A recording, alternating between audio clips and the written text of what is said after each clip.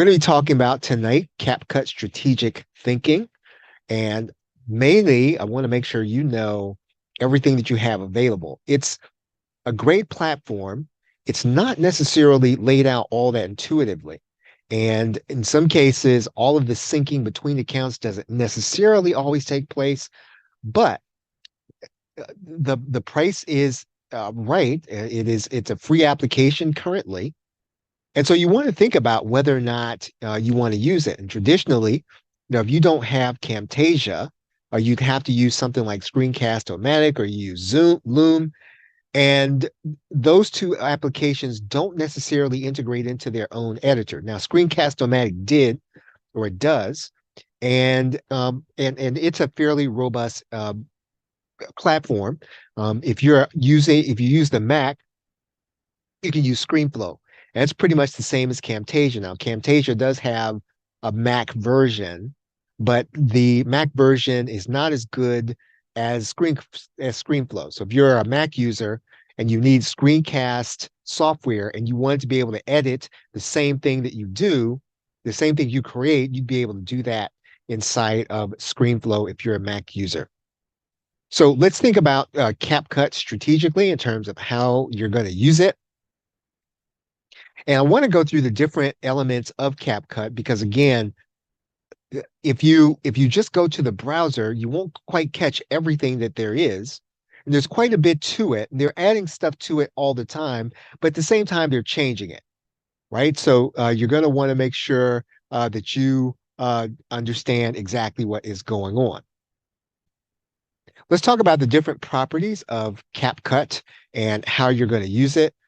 Obviously, if you have done anything with CapCut, you probably went through the online browser application because that's the free application. And it's all got all of the video tools that you need in order to create videos as well as to edit videos. And so you'll notice that there's a video side and there's an image side. So what they're trying to do with the video side, obviously, is to compete with video creators and video editors. On the image side, what they're trying to do is to compete with other elements such as, Canva. And they're not going to be any competition for Canva, but I think this is mainly for people who use the TikTok platform, right? And so to give people who use TikTok an application that they can use in order to create their videos and to stay on that platform. Now, as you know, CapCut is created by ByteDance.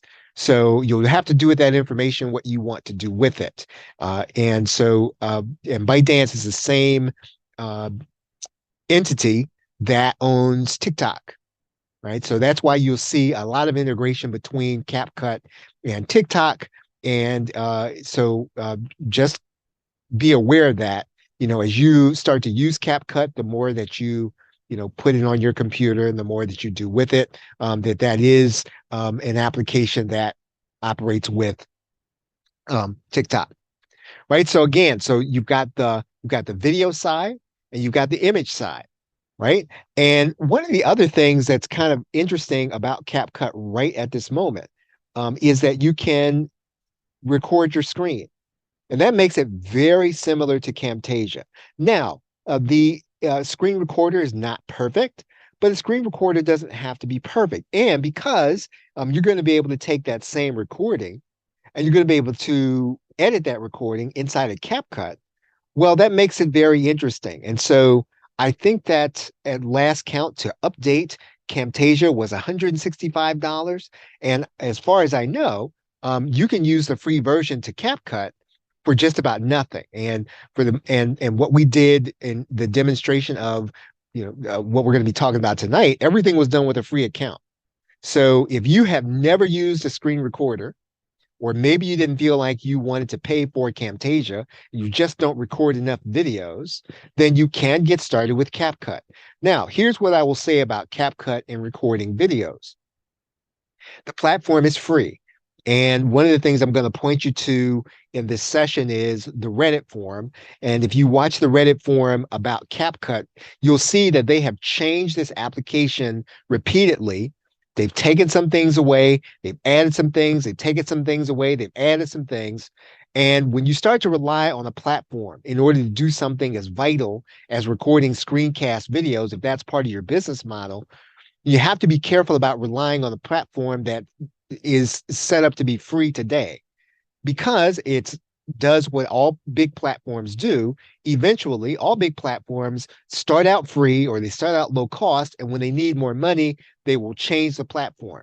Now, I don't know that ByteDance will do that with CapCut, but that is the pattern of all big applications. That is the pattern of all big software creators. You will eventually be paying more for the same thing that you're getting for free. You want to be aware of that if you're going to use this as your main video creator. But what's important about this is that if you don't use any screen recording software right now, you can use CapCut for free. And this is a browser extension, and you can use it pretty much conveniently. Now, it does install if you're using a Mac. It does install if you're using both Windows, Chrome, and then also Edge. Now, one of the things you'll notice is that CapCut also has a desktop application. So not only can you access CapCut through the online application, but it also has a desktop application. Now, that makes it even more interesting because this operates on your personal computer. Now, you may not want to have another application on your computer, or you may be operating a platform that doesn't allow you to install software on your computer.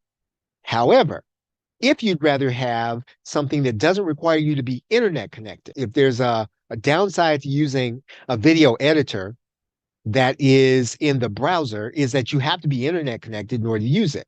Well, if that's the case, you can use your CapCut desktop application if you need to edit videos with that software. Now, most of the features are going to work if you're signed into your account. So, whenever you're going to be using CapCut desktop application, you're going to need to sign into it. And when you sign into it, that's going to require you to be internet connected. But again, the software will be it will be placed on your personal computer, and you can operate it there. So that's another part of the CapCut system of creating videos and creating images.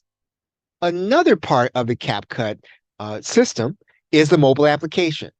And there's a mobile application that exists in Android. There's one that also exists in the iOS system. So again, so you have the browser, you have the screen recorder, you have now the mobile application. And so you're going to be using all of these together. And one of the things you want to kind of think through is that everything that you do in the mobile application, for the most part, it will flow through to the browser application and then to your desktop. However, everything that you do in the desktop does not flow upward. So you will not necessarily see everything that you do in the desktop in your mobile device. So you want to be aware that as you begin to start thinking about where you're going to have things syncing, where you're going to be creating things. So everything that's mobile first will make it. If you do it in the browser application, it should show up in both mobile and desktop. However, again, if you do it on the desktop and you start on the desktop, that does not mean that what your creation will do is will sync with the mobile application as well as the online application. Again, so you need to be aware of that, as you start to create files. If you're thinking, well, I'm going to create this file in my mobile, and then I'm going to go home and I'm going to do it on my desktop, and I'm going to finish it there. You just want to make sure that it saves there and it's going to be there, and you do things in that order. So as you can see here, these are projects, right? So the same applications that exist in the desktop, they also exist in the mobile device. So if you create a lot of video using your mobile device, you can use CapCut in order to do the editing there. Now, again, the reason that they're making CapCut available is so that you will do more videos and so that you will put those videos on TikTok. They do not limit you to put it on TikTok, but that is why ByteDance is making it available. Now, as you can see, there's a little pro word at the top there. Now, that does not necessarily mean that you need the pro version to do everything. There are some elements currently that are only part of the pro version.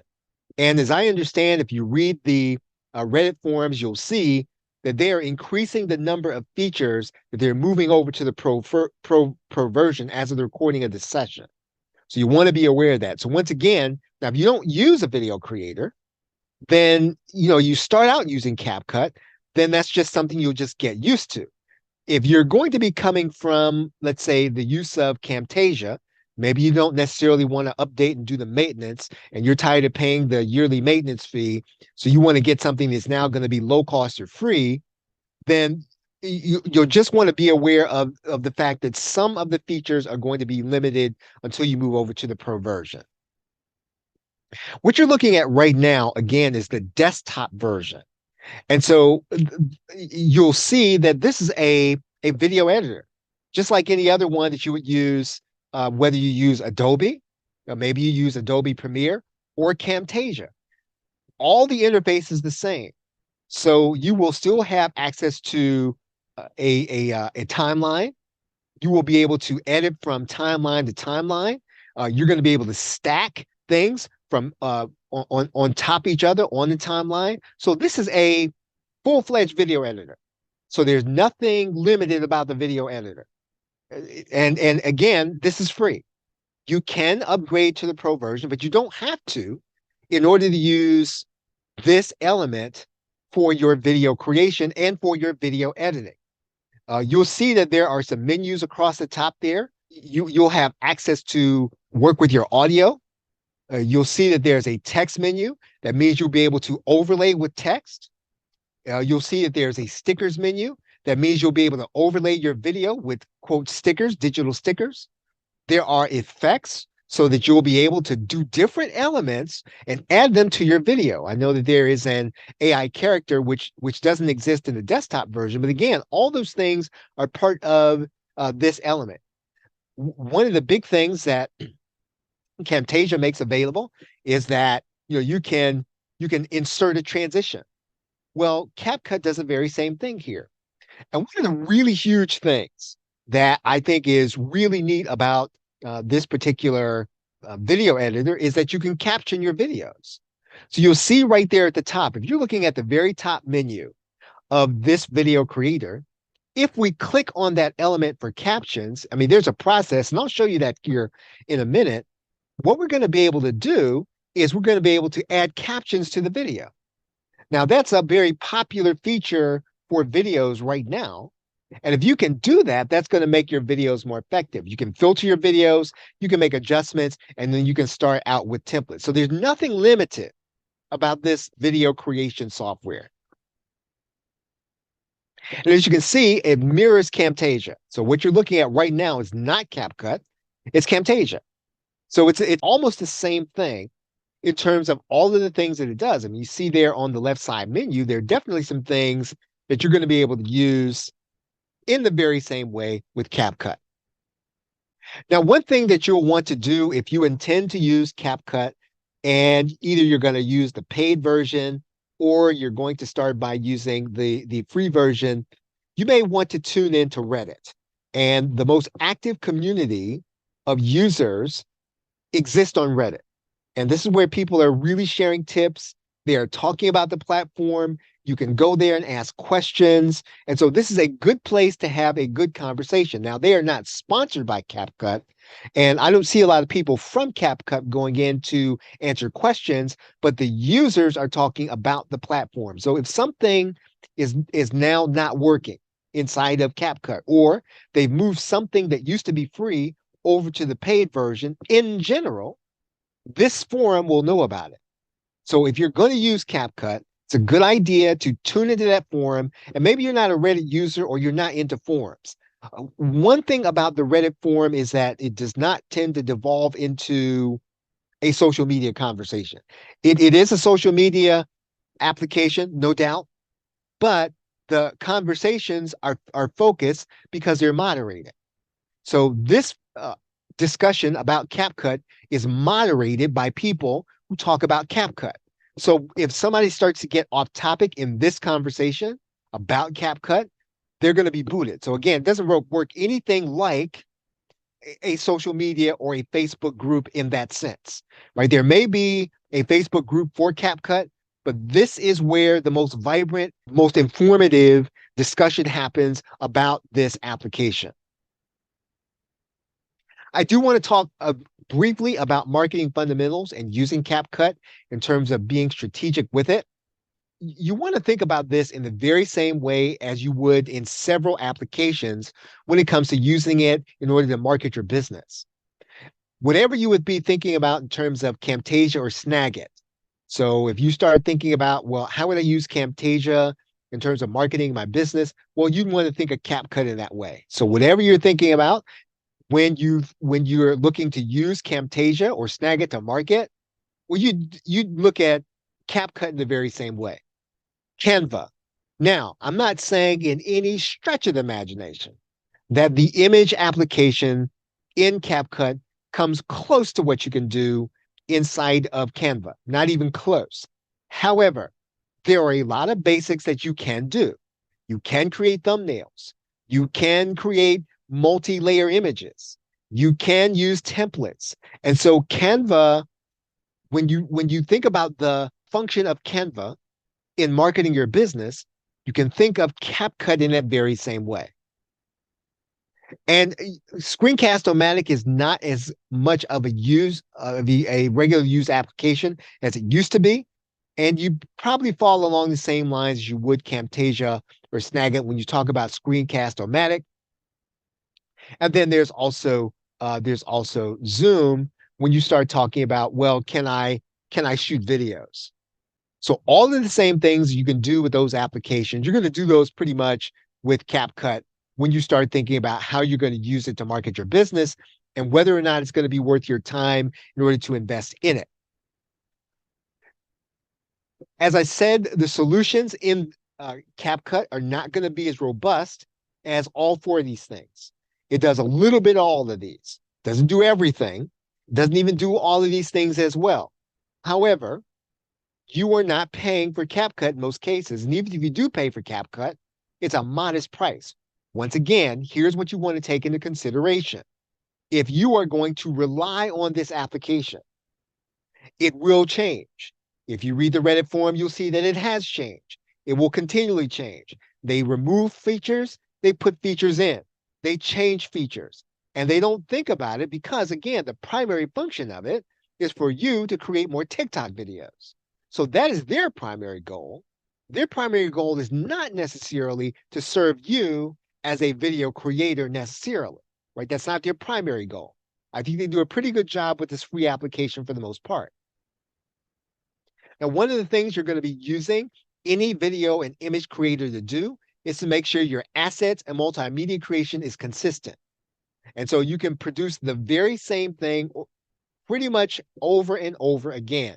And the desktop application will allow you to do that, as will the cloud-based application when you're talking about creating videos.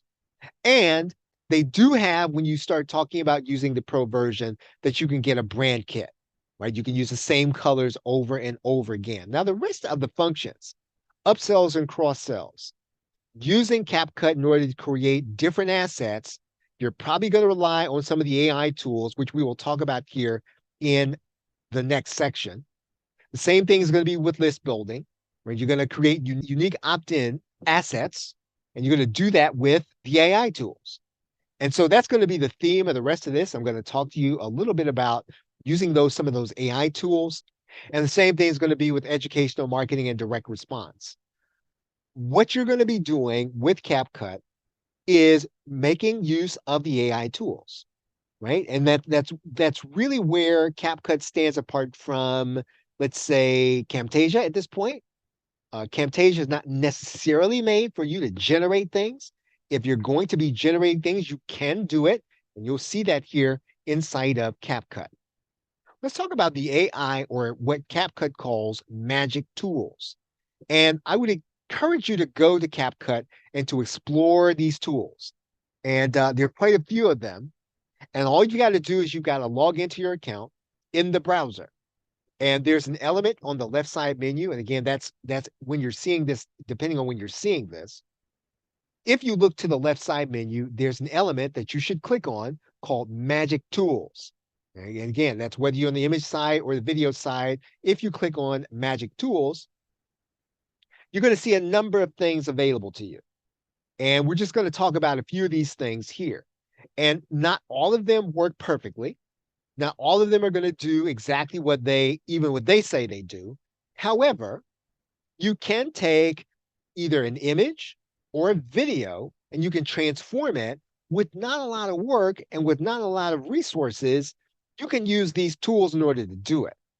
For example, there is a way for you to add an AI character that you can get to say the words that you wanted to say, a limited number of characters, right? You can use that. You're going to see there where it says remove the background from a video or from an image. I mean, you could do that inside of CapCut. I'm not going to go through all of these, but again, it's a good idea for you to go to the Magic Tools section and wherever you really have a need to try to do something, to test out the tool. It does not work the same for all situations, right? It does work in some cases well for some. In other cases, it doesn't work well at all. I do want to talk a little bit about the AI editing tools because I think that when you're starting to talk about using the platform in order to edit your videos, this is going to be probably of the most importance to you. When you're going to use the AI editor, and I'm looking right now at the browser-based tool, what you'll see here is there's an element here where I can caption my videos and I can transcribe my videos. And the reason I'm going to transcribe the videos here inside of CapCut is because that is where I can edit my videos. Now, you might say that that's going to be very similar to Descript. I mean, that's Descript's claim to fame, that you can get the transcript and you can edit the video based on the transcript. So in other words, if I delete a word from the transcript, that word would automatically be deleted from the video also. And so that is really where this free software really does shine in terms of what it delivers. So let's just say that what you're going to do is you're going to caption your video. So in other words, as your video plays, you're going to have the words appearing at the bottom of your video as the narrator speaks, whatever the narrator is saying. And that's very easy to do inside of CapCut. You just click the button that says caption, and you can auto caption your video. So in other words, I can click that button. I can get CapCut to guess as to what the words are, and it's pretty accurate. So, if you have a narrator that speaks fairly clearly, CapCut's going to come pretty close to understand what those words are going to be saying, and they can add them to your video. And if you're looking at the screen here, there's an orange layer on top of the timeline. That's really where the caption layer is. So you can manage the entire process on your timeline to edit your videos. So captioning is a very important element, again, free part of your platform that you can use. You can also transcribe. And again, what we're doing here is we are transcribing the video so we can edit the video, right? That's really what it's made for. It's made for you to be able to take your video, transcribe it, and then edit it based on that transcription. I want to talk a little bit about integration with ChatGPT. There is an integration with ChatGPT. And because ChatGPT has now updated its model so that you get access to GPTs as well as file upload, even though in the past those features have only been available for the paid version, they're now available for the free version as of the recording of this session. So you can integrate ChatGPT with CapCut. I'll show you how to do that here. So basically, now that you do have access to GPTs, even if you have the free version, right? So everybody's got access to GPTs inside of their free ChatGPT account. It's not just for people who have the paid account. Anyone can get access now to GPTs. And so you're going to see here, all I did was I went to Explore GPTs and I typed in CapCut. And you're going to see a couple of elements there. There's one that says CapCut Expert. What that basically is, that's someone trying to teach you how to use CapCut. That's not the one you want. The one that you want to look to says CapCut Video GPT. That one is created by CapCut itself. So CapCut did the integration with ChatGPT here in this area. And so what you're going to do is it's going to bring you to this element. You're going to click on the button there that says Start Chat. Now, as a recording of this session, it seems as if the reviews are mixed about it, right? So you're not going to be able to just make it all easy. It's not going to be totally free and easy, but it will allow you to create a script, and it will allow you to take that script and integrate it into CapCut. Once I get the GPT open, you're going to see it. CapCut is going to give you some starter prompts, right? So they say, you can write a prompt that says generate a video. So if you click those buttons down there, what it's going to do, and I would encourage you to just use the prompts that they give you so that you see what it does, right? Before you start writing your own prompt. They're giving you 4 sample prompts. And I think that they do these differently for everyone that comes to ChatGPT when they come there. So just click on the prompts and see what it then does and what it delivers for you when you click those individual prompts. What you'll see here is that, as a sample, I wrote a prompt, and there's no magic in the prompt in trying to do this, connect ChatGPT to CapCut. There's no magic in it. So the prompt itself is not the magic. The magic is in the GPT. The fact that they connected their API to ChatGPT is where the magic is. And in fact, if you know anything about any of these AI tools, prompting is only going to get more easy as it goes along. So trying to find secret prompts and perfect prompt, that's going to go away over time. Eventually, you're just going to be able to just kind of talk to it conversationally. And in fact, the newest version of ChatGPT, you can be conversational with if you have the mobile device. And so that's not necessarily the scope of this particular session, but it's important to note that if you can just think about what it is you want ChatGPT to do, especially inside of this GPT, you're going to be able to do it. So I wrote a prompt. It says, create a video explaining the main benefits of CapCut versus Camtasia. There's no magic in that. It's just one that I did as a sample. And there was no gap, right? So there was no gap between what CapCut did in the GPT. This is what it produced. So it produced a link for me to click on. Now, I guess what you'll want to do. Now, I was logged into my CapCut account when I clicked that link. And so I think you do want to be logged into your CapCut account when you click the link. I think that's going to be important. So when you get started, and then you're going to click that link, and it's just going to take you straight to CapCut, right? And so it took a while to actually create a video. So it was not an instantaneous process. It took, I don't know, maybe 2 minutes, 3 minutes. It didn't happen right away. It created the video, and eventually it did actually produce something, right? And so when I clicked on the link inside of CapCut, I'll show you what it produced. It produced a video. Now, was the video perfect? It wasn't, right? And definitely, it left a little bit to be desired. But the point is that this connection is only going to get better, right? So eventually, you're going to be able to use this GPT in order to do some pretty amazing things if you decide to use CapCut as your video creator, your video editor. So it's a good idea to, even if you have the free version of ChatGPT, to start practicing, right? Because again, you expect that ChatGPT is going to get better at this.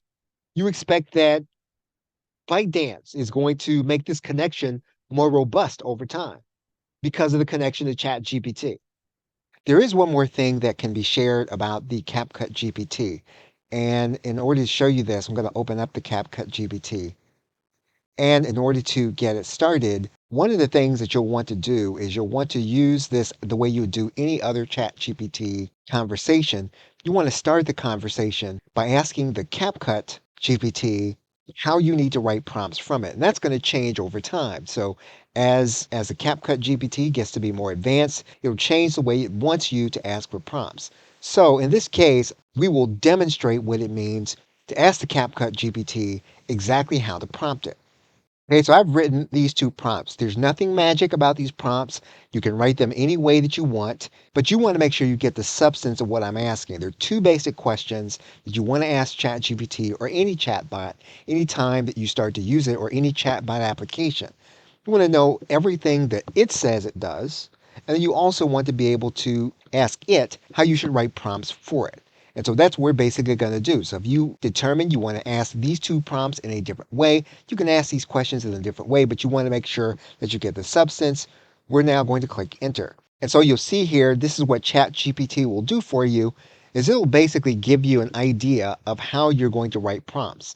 Once you get this list, you want to come down to this area.